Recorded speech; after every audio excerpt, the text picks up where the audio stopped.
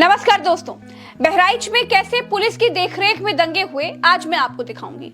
लेकिन उससे पहले मेरे 7 सवाल हैं जिनके जवाब देने में उत्तर प्रदेश पुलिस की खीसें निकली आ रही हैं, जिनके जवाबों का ना होना इस तरफ इशारा करता है कि ये दंगे, ये तनाव, ये उन्माद पहले से लिखी लिखाई स्क्रिप्ट का हिस्सा था। पहला सवाल, जब उत्तर प्रदेश पुलिस लाश रात में ही जलवा देती है तो फिर गोपाल मिश्रा की शव यात्रा आखिर क्यों निकालने दी गई? दूसरा सवाल, अंतिम संस्कार में लाठी डंडे लेकर क्यों चल रहे थे लोग? तीसरा सवाल, लाठी डंडे वाले लोगों के बीच पुलिस क्या कर रही थी? चौथा सवाल, जब अंतिम यात्रा में शामिल लोग आगजनी कर रहे थे तो पुलिस ने रोका क्यों नहीं? पांचवा सवाल, जब धार्मिक यात्राओं में क्या बजेगा इसका नियम है, फिर योगी मोदी के गाने आखिर क्यों बज रहे थे? उन लाउड स्पीकर्स पे क्या बजाया जा रहा है, अगर ये बात मैं कहूं तो हो सकता है सरकार कुछ और बात करे, लेकिन कम से कम प्रशासन को यह ध्यान रखना चाहिए था कि आखिरकार क्या बजा रहे हैं, क्या किसी को अपमानित कर रहे हैं। छठा सवाल, मुस्लिम इलाके में युवा गोपाल मिश्रा हरा झंडा उखाड़ने के लिए पुलिस की मौजूदगी में घुसा कैसे?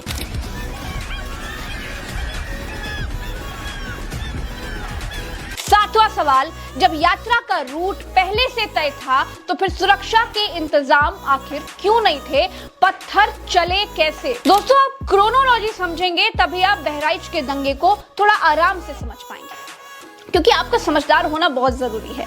दोस्तों, जो सरकार गरीब, निर्धन, दलित समाज की दबी कुचली गुड़िया की लाश रात में मिट्टी का तेल डालकर जलवा देती है, कहती है कि हमने इसलिए जलवा दिया क्योंकि हमको कानून व्यवस्था बिगड़ने का डर था।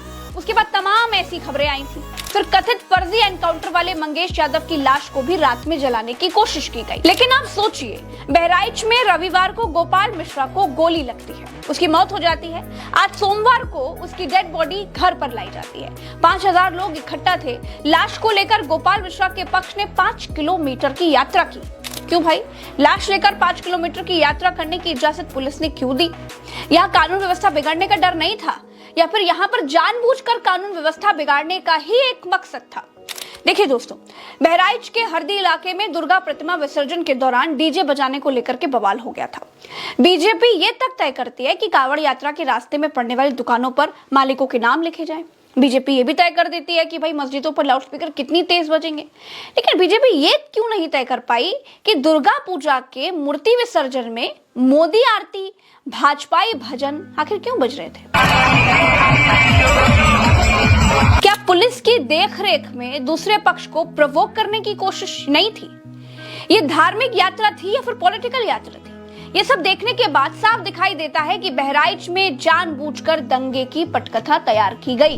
उन लाउड स्पीकर्स पे क्या बजाया जा रहा है, अगर ये बात मैं कहूं तो हो सकता है सरकार कुछ और बात करे, लेकिन कम से कम प्रशासन को यह ध्यान रखना चाहिए था कि आखिरकार क्या बजा रहे हैं, क्या किसी को अपमानित कर रहे हैं। कहते हैं कि 20 राउंड फायरिंग कल हुई, बवाल कल हुआ, लेकिन आगजनी और दंगे जैसी सूरत आज बन गई। जो कल नहीं हुआ वो आज क्यों होने दिया गया? लाश लेकर 5 किलोमीटर की पद यात्रा आखिर क्यों करने दी गई? जब दलित समाज के लोगों को, जब पिछड़े समाज के लोगों को किसी घटना में मौत हो जाने के बाद लाश लेकर घूमने की इजाजत नहीं देते हैं, तो फिर यहाँ ये रैलीबाजी क्यों करने दी गई? इन सवालों के जवाब पुलिस नहीं देगी, लेकिन दोस्तों आप जरूर दीजिएगा, आप जरूर पूछिएगा अपने मन से और सवाल का जवाब कमेंट में लिखिएगा। देखिए, 10 सीटों पे जो चुनाव है उसमें 5 सीटें तो समाजवादी पार्टी के पास थी। एक फुलपुर की सीट है जिसमें लोकसभा में समाजवादी पार्टी ने एज लिया, उनको लगता है 6वीं सीट पे हम ले लेंगे। बीजेपी के पास 3 सीटें थी, 2 सीटें उनके अन्य सहयोगी के पास है। अब योगी आदित्यनाथ ने लोकसभा चुनाव के बाद, लोकसभा चुनाव के हार का ठिकरा किसके सर फुटेगा? जब योगी का नाम लेते थे तो योगी भला जाते थे कि जब मेरा जो कोई रोल ही नहीं था तो मैं क्यों दिल्ली ले सर पे। अब योगी को उन्होंने रिस्पॉन्सिबिलिटी दी कि ये 10 चुनाव आप निकालो, चलो आपको लगता है ना कि आपके हिसाब से चलने से जीत जाते तो ये 10 सीटें आप जितवा दिखाओ। अब ये बॉल आ गया योगी जी के पाले में। अब योगी जी को अपनी 3 तो रिटर्न करनी है और समाजवादी की 5 उठानी। अब समाजवादी भी इतना कच्चे गोली थोड़ी खेले, वो भी लगे हुए हैं। वो इस बार सोचते हिंदू कम से कम मुसलमान 5। काम आएगा उत्तर प्रदेश में कि नहीं? मुझे नहीं लगता अयोध्या का राम काम नहीं आया पिछली बार। हाँ। देखिए, लोगों के एस्पिरेशन, आम मतदाता जो होता है, और उसके बाद अखिलेश का परफॉर्मेंस लोकसभा में तो ठीक ही रहा जी, मैच्योर रहा, दिन ब दिन वो मैच्योर होते रहे। अब योगी जी के लिए प्रॉब्लम है कि योगी जी को अखिलेश से भी लड़ना पड़ रहा है, योगी जी को मौर्य से भी लड़ना पड़ रहा है, योगी जी को दिल्ली से भी लड़ना पड़ रहा है।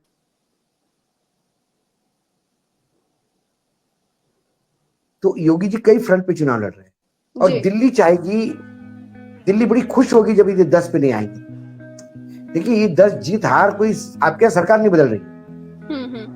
ये 10 जीतने से या हारने से 10 की 10 योगी को गई तो फर्क नहीं पड़ेगा, और 10 की 10 समाजवादी पार्टी उठा ले गई तो योगी की सरकार नहीं जाएगी। इतना कोई चेंज नहीं होने वाला है।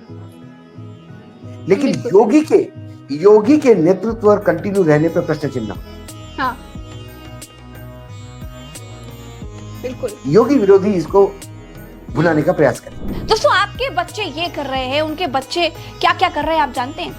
ये एक अकेली तस्वीर लाखों करोड़ शब्दों के बराबर है। आपके बच्चे मजहब के लिए मर रहे हैं और एक दूसरे को मार रहे हैं, लेकिन उनके बच्चे अपना भविष्य संवार रहे हैं, अपना भविष्य बना रहे हैं। और ये तस्वीर बताती है कि एक कौम अकेले कुछ नहीं कर सकती, साथ चलना ही पड़ेगा। उनके बच्चे तो साथ चल रहे हैं, क्या आपके बच्चे चल रहे हैं? आप अपने बच्चों के भीतर, अपने भीतर भरी नफरत की थाह लेकर देखिए। 2 मिनट बैठिए और सोचिए कि हम कहां जा रहे हैं। बहराइच में हरा झंडा कमान की छत से नोचते इस युवक का नाम गोपाल मिश्रा है। गोपाल मिश्रा दुर्गा पूजा की मूर्ति विसर्जन का जुलूस लेकर के जा रहा था। सूचना के मुताबिक पत्थरबाजी हो गई, साथ में योगी की पुलिस थी। साहस और भी ज्यादा बढ़ गया। गोपाल मिश्रा एक छत पर चढ़ गया जिस पर हरा झंडा लगा था। हरे झंडे को छत पर लगी रेलिंग समेत नोच दिया। फिर किसी ने गोली चला दी। 22 साल के गोपाल मिश्रा की मौत हो गई। गोली किसने मारी पता नहीं चला। एफआईआर में मुस्लिम पक्ष के नाम है। मुस्लिम पक्ष की तरफ से गोली चली ये बताया जा रहा है।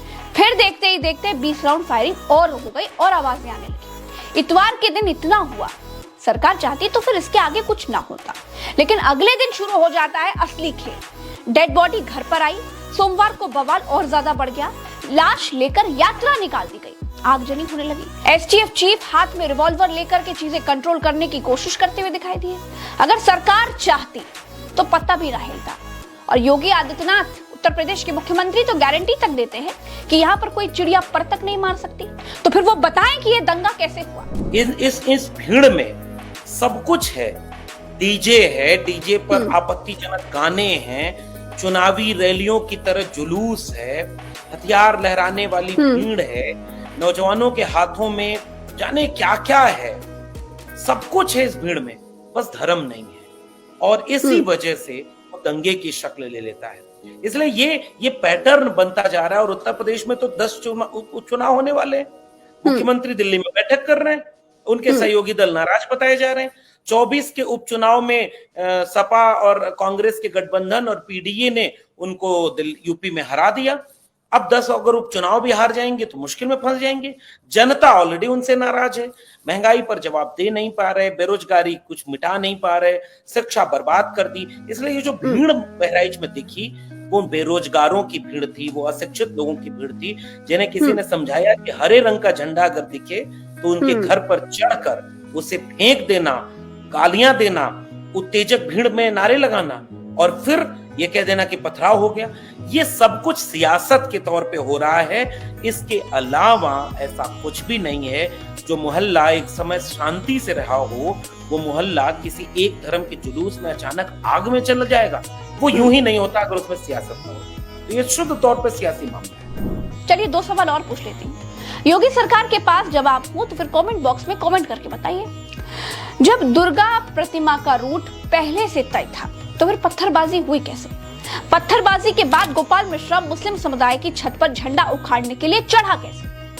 कुल मिलाकर दोस्तों, लाश और बर्बादी के ढेर पर चढ़कर इलेक्शन का माहौल गर्म किया जा रहा है। ये बिल्कुल साफ दिख रहा है। अब यहाँ पर बुलडोजर चलाने का स्कोप भी बनाया जाएगा, ये भी मैं बिल्कुल साफ देख पा रही हूँ। 2024 में सबने नौकरी के नाम पर, बेरोजगारी के नाम पर, संविधान के नाम पर वोट किया। जानकार कहते हैं कि सबको फिर से जातियों की छतरी से निकालकर एक बार फिर हिंदू मुसलमान बनाया जा रहा है। बहराइच का दंगा उपचुनाव की प्रैक्टिस मात्र है। हजारों की भीड़ ने अस्पताल में आग लगा दी, कई शोरूम, दुकानों को फूंक दिया गया। आसपास के 6 जिलों से फोर्स और पीएससी बुलाई गई, इंटरनेट बंद कर दिया गया।